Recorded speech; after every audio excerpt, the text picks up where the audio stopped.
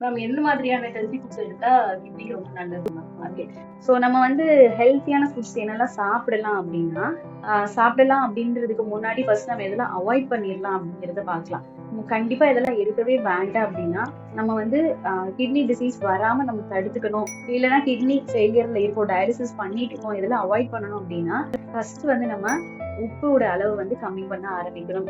ஒரு நாளைக்கு மேக்ஸிமம் வந்து 1 ஸ்பூன் அளவுக்கு உப்பு எடுத்துக்கிட்டா தாராளமா போதும். 2வது வந்து நம்ம உப்பு சத்து நம்மளோட பிளட்ல அதிகப்படுத்தாம இருக்கிறதுக்கு வெளியில இருந்து 3 விஷயங்கள கட் பண்ணணும். ஒண்ணு வந்து சோடியம், 2வது பொட்டாசியம், 3வது பாஸ்பரஸ். ஸோ இந்த 3 விஷயத்தையும் கம்மி பண்ணிட்டோம் அப்படின்னாலே நம்மளால உப்பு சத்தை வந்து அதிகப்படுத்தாம இருக்க முடியும். சோடியம் எதுல அதிகமா இருக்குன்னா உப்புல இருக்கு. 2வது பொட்டாசியம். ஸோ இது நம்மளுக்கு வந்து ரொம்ப காமனா பார்த்தோம்னா எல்லா வகையான பருப்புலயும் வந்து நம்மளுக்கு இருக்கு. இப்போ எக்ஸாம்பிளுக்கு நம்ம வந்து ஒரு சாம்பார் வைக்கிறோம்னா முடிஞ்ச வரைக்கும் பாசி பருப்பு வந்து யூஸ் பண்றது ரொம்ப நல்லது. ஏன்னா இது தவிர மிச்சம் இருக்க எல்லா பருப்புலயுமே வந்து பாஸ்பரஸ் வந்து ரொம்ப ஜாஸ்தியா இருக்கு. ஸோ அந்த பருப்பு வகைகள்லாம் நம்ம முதல்ல அவாய்ட் பண்ணிக்கணும்.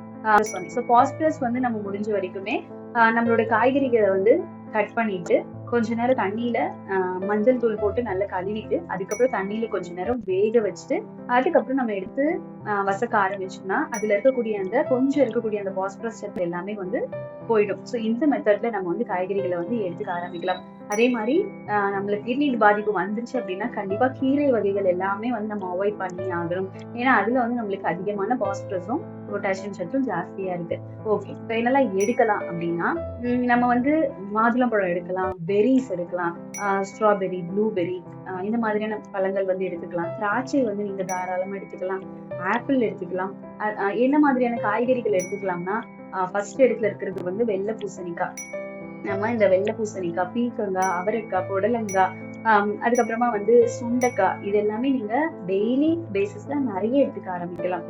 ஸோ இதுல எல்லாம் வந்து நம்ம உப்பு குறைக்கும் போது அந்த சுவை வந்து கம்மியாயிடும். ஸோ அதை நிவர்த்தி பண்றதுக்கு முடிஞ்ச வரைக்கும் நம்ம வந்து பெப்பர், லெமன் இதெல்லாம் வந்து ஆட் பண்ணி நம்ம எடுத்துக்க ஆரம்பிக்கலாம். ஸோ புளிப்பு சுவை வந்து இருக்கும் போது நம்மளால ஈஸியா இந்த கிட்னி பாதிப்புல இருந்து வெளியில வந்துட முடியும்னு சொல்லிட்டு சில ஸ்டடீஸ் வந்து சொல்லிட்டு இருக்கு. ஸோ அப்ப டேஸ்ட்ல வந்து காம்ப்ரமைஸ் பண்ணணும் அப்படிங்கிறதுலாம் கிடையாது.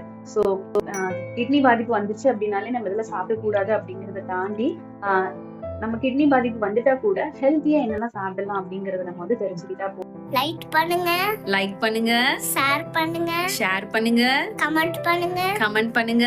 Bye. Thank you. Bye. Thank you.